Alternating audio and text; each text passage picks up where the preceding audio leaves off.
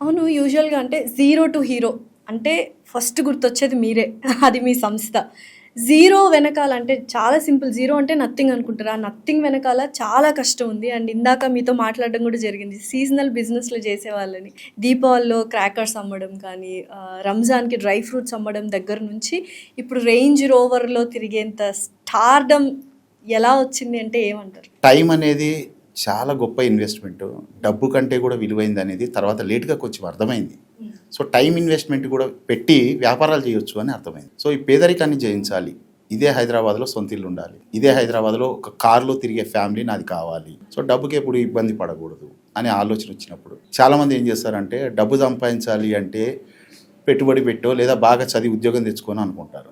నేను అప్పుడు చేసిన రీసెర్చ్ ఏంటి అంటే ఆ స్టేజ్లోనే 7th క్లాస్లో నా ఇంటికి చుట్టూ ఉన్న వాళ్ళల్లో సొంత ఇల్లు కారు ఉన్నవాళ్ళు ఏం చేస్తుంటారో రీసెర్చ్ చేశాను. ఏం చేశారు వాళ్ళు?